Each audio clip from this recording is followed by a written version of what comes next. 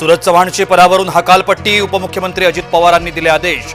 मारहाण प्रकरणी 24 तासात सूरज चव्हाणवर कारवाई।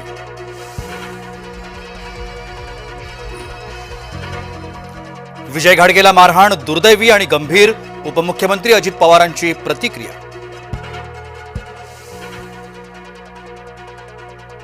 सूरज चव्हाणांविरोधात छावा आक्रमक, सूरज चव्हाणला फिरू देणार नाही, छावा संघटनेचा इशारा।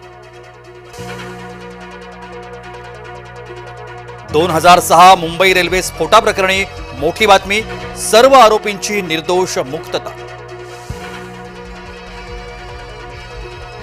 या अधिवेशनात ऑपरेशन सिंदूरचं कौतुक करा, पंतप्रधान मोदींचं विरोधकांना थेट आव्हान।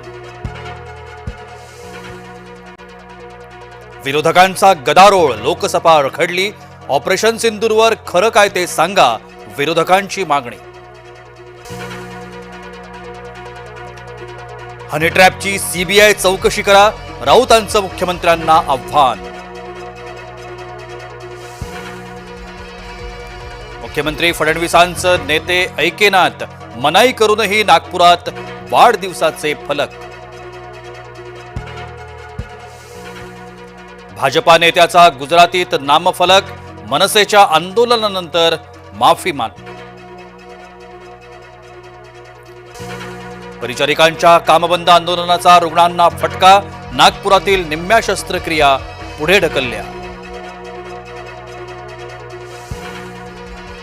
मुंबईसह उपनगरात पावसाचा जोर ओसरला, तुंबलेल्या पाण्याचा निचरा सुरू।